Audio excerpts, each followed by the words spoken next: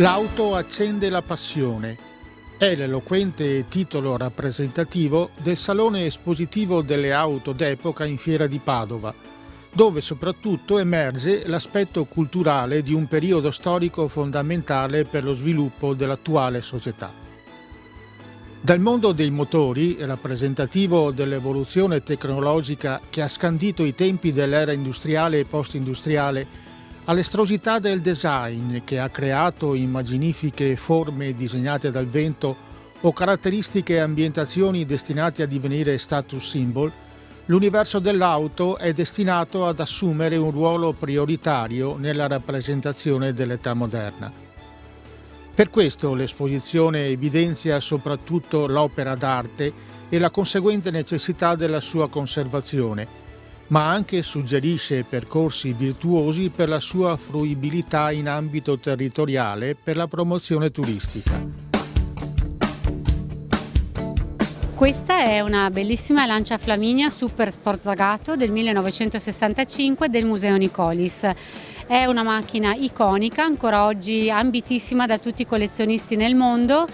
E al di là di quello che è proprio ciò che rappresenta nella storia italiana dell'automobile, perché c'è questo interessante connubio tra Lancia e Zagato, che sicuramente sono due marchi che tuttora portano nel mondo la storia del nostro paese, anche le sue linee molto sinuose ma al tempo stesso sportive rappresentano l'automotive internazionale. Per noi l'auto d'epoca comunque rimane un oggetto che racconta la storia di un periodo, è portatore di cultura e quindi in questo caso sicuramente racconta gli anni della dolce vita. Ricordiamo per esempio Marcello Mastroianni, che era un grande appassionato di Lancia Flaminia, e ricordiamo un'Italia fatta di manufatto, manualità, creatività, artigianato e anche dell'industria dell'automobile stessa. Quindi attraverso un'auto che percorre le strade, per noi è un po' come portare in giro per l'Italia e per il mondo tutta questa storia, cioè rappresentiamo proprio quello che riguarda il passato di ognuno di noi e che tuttora ci ha consentito di arrivare al presente. Io sono una grande appassionata di storia e di storie di uomini e di passioni. In tutte queste automobili, in tutti questi oggetti riconosco anche la centralità proprio dell'uomo, che se vogliamo oggi si è un po' persa, nel senso che nel passato il nostro ruolo, proprio la nostra mente, le nostre mani, la nostra creatività era centrale rispetto al risultato e rispetto all'opera stessa, e questo ci insegna che oggi forse stiamo un po' perdendo tutta quella che è la parte emozionale, la parte emotiva, e chiaramente a vantaggio magari della tecnologia e dell'innovazione, però sicuramente la storia ci insegna a recuperare questi valori e queste tradizioni che, oltre a riempire il cuore, sicuramente ci riempiono di cultura e anche di conoscenza, di artigianato e di continuità in questo bellissimo mondo.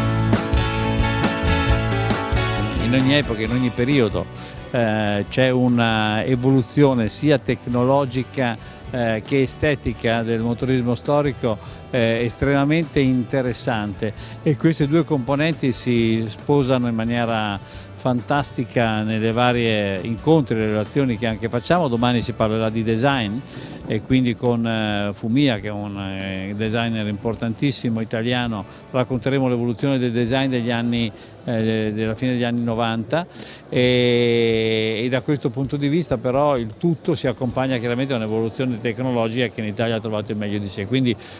questa forma di evoluzione sia da un punto di vista tecnico che di design, che portano poi i veicoli ad essere delle vere e proprie opere d'arte in movimento, si combaciano e poi si sposano in questi magnifici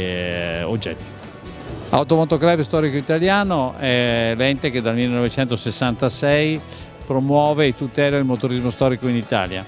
Il patrimonio italiano motoristico è un patrimonio veramente ineguagliabile al mondo, importantissimo, ed è un patrimonio di un'importanza effettivamente enorme, perché racconta la storia di uomini, racconta la storia di pionieri del motorismo, racconta la storia della genialità italiana, e tutto questo enorme patrimonio è chiaramente in questo caso tutelato dal nostro ente, che attraverso i veicoli storici a 360 gradi, perché non stiamo parlando solo di autoveicoli, parliamo di autoveicoli, di motoveicoli, di veicoli militari, ma anche di imbarcazioni, di aeromobili, di qualsiasi quindi veicolo, intende sottolineare l'importanza della storia e quindi il valore che hanno come memoria storica di quello che ci ricordano. Ognuno di noi ha sensazioni e emozioni che sono legate ai veicoli che hanno visto nella loro infanzia, ai veicoli che hanno fatto parte di epoche diverse e che hanno raccontato periodi e momenti diversi della nostra storia. Certifichiamo questo tipo di veicoli storici che vogliamo tutelare e promuovere.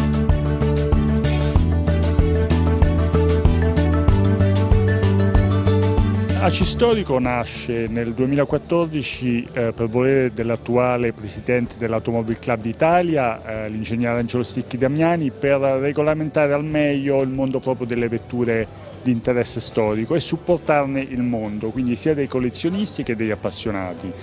Qui a Padova siamo presenti, come siamo spesso presenti in molte fiere, evidentemente Padova non potrà mancare come importantissima fiera del mondo delle vetture storiche, proprio per supportare e per comunicare l'importanza di questo mondo che è fatto di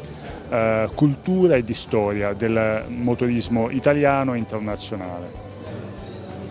L'obiettivo di ACI Storico è proprio quello di, come detto, regolamentare al meglio il mondo delle vetture storiche lo sta facendo cercando di individuare proprio quella che è la lista di salvaguardia, cioè una lista di vetture, di modelli realmente di interesse storico che vanno tutelati, protetti e in qualche modo agevolati anche per esempio nelle deroghe dal blocco del traffico, che evidentemente impattano le vetture Euro 0, come è giusto che sia, vetture che in genere sono vetture da rottamare, vecchie, inquinanti, ma fra queste, in una percentuale di circa il 10%, ACI Storica ha individuato appunto le vetture che hanno un reale valore storico e culturale, che in realtà non vanno assolutamente rottamate ma vanno protette. Molte di queste appunto sono presenti e esposte qui alla Fiera di Padova.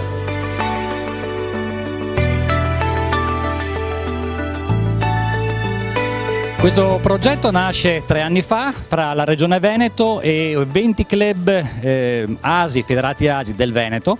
e vuole valorizzare, in questo caso il primo step è una guida che uscirà esattamente domani e venerdì, vuole valorizzare il territorio rivolto verso un turismo diverso, un turismo slow come si usa dire adesso.